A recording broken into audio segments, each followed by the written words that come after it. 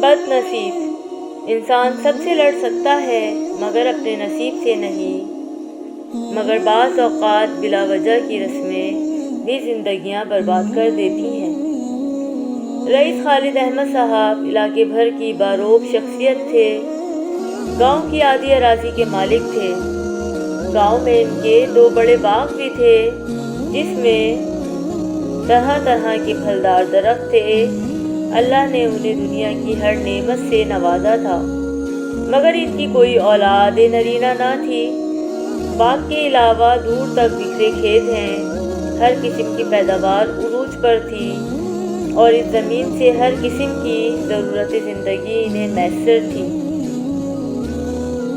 اس زمانے میں انگریزوں کا راج تھا، لیکن مسلمان اور خاص کر گاؤں میں انگریزی پڑھنا پسند نہیں کرتے تھے۔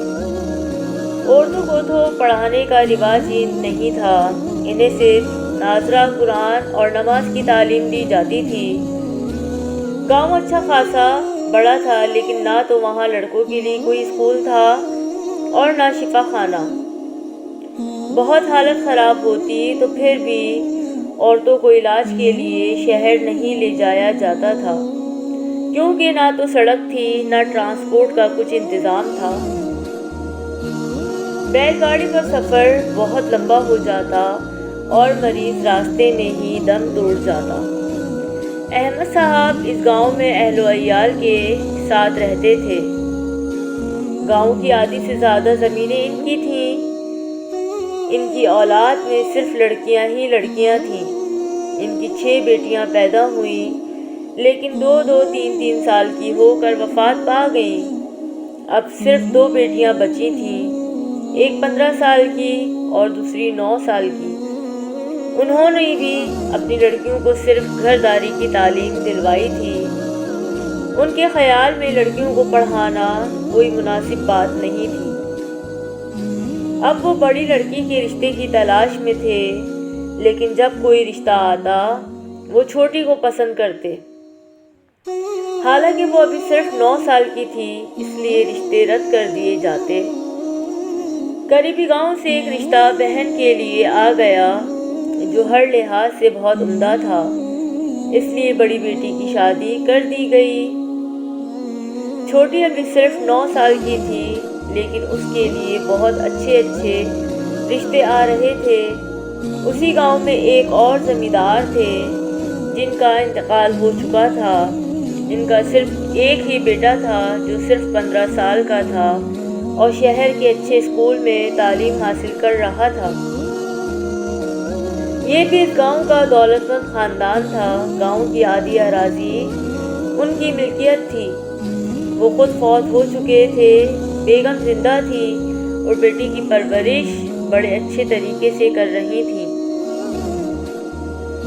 ان کی خواہش تھی کہ بیٹے کا صرف نکاح کر دیا جائے۔ انہوں نے احمد صاحب کے گھر رشتہ بھیجا۔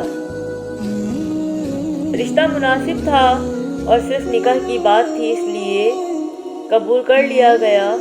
لڑکا ہر لحاظ سے اچھا تھا، جائیداد کا اکلوتا وارث تھا اور عمر کے لحاظ سے بھی ٹھیک تھا۔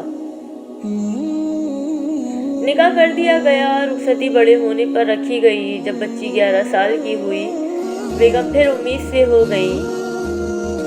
ابھی ولادت میں کچھ دن باقی تھے کہ ایک بڑا حادثہ ہو گیا۔ ان کی دوسری بیٹی جو ابھی 11 سال کی تھی، اس کا شوہر جو شہر میں پڑھتا تھا اچانک سخت بیمار ہو گیا اور اس بیماری میں اس کا انتقال ہو گیا۔ دونوں خاندانوں میں تہلکہ مچ گیا۔ لڑکی کی ماں اس صدمے کو برداشت نہ کر سکی اور وہ اس جہاں فانی سے کوچ کر گئیں۔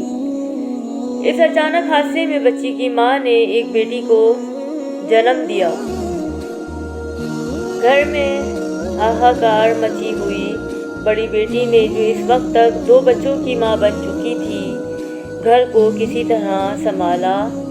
پورے خاندان کو یہ صدمہ تھا کہ اتنی چھوٹی بچی پوری زندگی کیسے گزارے گی، کیونکہ ان کے خاندان میں دوسری شادی معیوب سمجھی جاتی تھی۔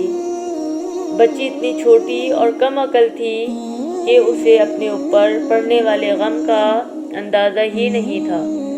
اسے جب سفید کپڑا پہنایا گیا اور اس کی چوڑیاں توڑی گئیں تو وہ غم کے مارے کمرے میں چھپ گئی۔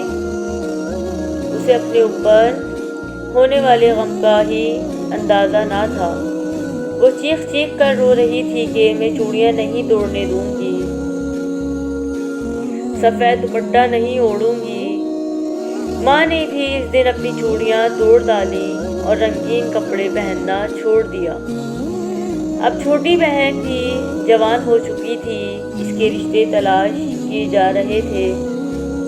جلد ہی ایک بہت بڑے اور پڑھے لکھے خاندان میں اس کا رشتہ طے ہو گیا۔ لڑکی کے والد خود لندن سے پڑھے ہوئے بیرسٹر تھے۔ انہوں نے اپنے بیٹوں کو بھی اچھی اور اعلیٰ تعلیم دلوائی تھی۔ جس لڑکے سے اس کی چھوٹی بیٹی کا رشتہ طے ہوا وہ خود گورنمنٹ کے اعلیٰ عہدے پر فائز تھا۔ احمد جب تک زندہ رہے اسے اپنی بہن کے گھر بھی نہیں جانے دیا، وہ ہمیشہ گاؤں میں ہی رہی۔ ان کے انتقال کے بعد چھوٹی بہن انہیں اپنے ساتھ لے گئی۔ اب وہ اپنی چھوٹی بہن کے بچوں کو پال رہی تھی۔ شاید یہی اس کا نصیب تھا۔ دولت تو ان کے پاس بہت تھی، لیکن شادی شدہ زندگی کی خوشیاں انہیں کبھی نصیب نہ ہو سکیں۔ بہن کا شوہر اور ان کے بچوں نے انہیں ہمیشہ بہت عزت دی، ماں سے زیادہ ان سے پیار کرتے اور انہیں ہی امی کہتے۔ تقریباً 90 سال کی عمر میں ان کا انتقال 1975 میں ہوا اور وہ بہن کے گھر سے ہی اپنے ابدی گھر کو روانہ ہوئی۔ اللہ انہیں اپنے جوار رحمت میں بہترین اور اعلیٰ درجہ عطا فرمائے، آمین۔